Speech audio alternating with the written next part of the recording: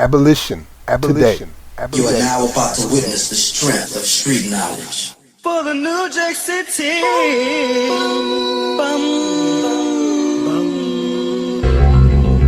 Elmore County is ground zero of any prison reform efforts in the state.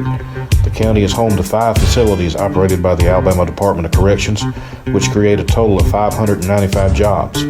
Elmore has the most correctional facilities of any county in the state. The facilities here make up about 17% of the DOC's total employment. Chairman, give me an idea of what the Elmore County Commission is doing to preserve the Department of Corrections presence in Elmore County. Yeah, we're very focused on doing what's best for Elmore County and the citizens here. We have a lot of exposure to the corrections business here in Elmore County. We've got several prisons, lots of employees, and so we want to make sure that we're doing what's best for the citizens here and protecting our economic interest and the jobs here. It's not just Elmore County that benefits from these jobs in the Department of Corrections facilities. That's right. We have over a $30 million payroll and over 700 jobs here. And many of those employees do come from surrounding counties, Autauga County, Tallapoosa, Coosa County, and Montgomery County. And so we recognize that this is a regional event that we need to monitor and get the pulse of throughout the legislative process. Saying the reform process is fluid is an understatement. The current bill has made it out of the state Senate and is up for debate in the House. It can be amended and changed, which means a conference committee from both chambers must hash out the differences, and then each chamber must pass the cobbled-together version of the bill. Then it goes to Governor Robert Bentley for his signature, and legislative days are ticking away. Senator, you were key in getting the current prison reform bill out of the Senate into the House. Give us an idea of why you think the bill is going to work. What are the strengths? Well, there's a couple of key components. One is we did away with the design build aspect and went back to the current design bid aspect that we use in state government now. So that was a big win to try to get that out. But the biggest issue is, especially with Elmore County, in making sure that we keep those jobs there and have that opportunity.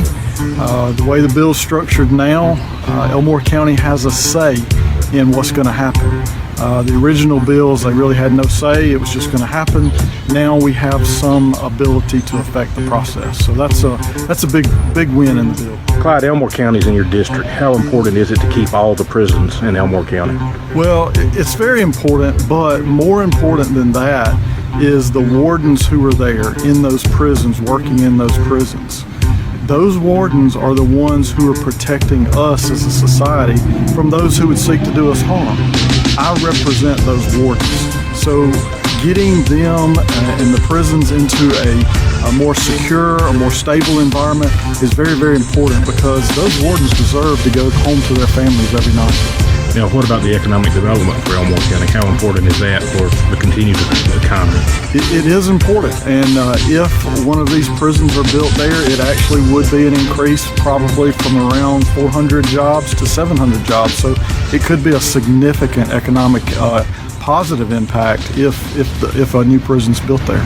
You want answers! I want the truth! You can't handle the truth! Everybody wants to think that if they were alive during slavery, they'd be an abolitionist. Everybody wants to think that if they were active during the time of lynching, they'd be rallying against and trying to prevent lynchings. Most of us believe that if we were alive and in a position to march in the 1950s, we'd be on the side of Dr. King.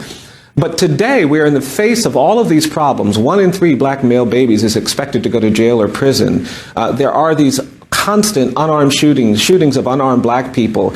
And the question is, if we're not prepared to respond to these issues, if we're not prepared to act today, then I don't think we can claim that we would have acted any differently during slavery and lynching and segregation. So that consciousness for me is critical to creating our institutions, not just the press, but our courts, the police, law enforcement, our elected officials, to think differently about this continuing legacy of bias and discrimination that manifests itself all the time. Abolition. Today.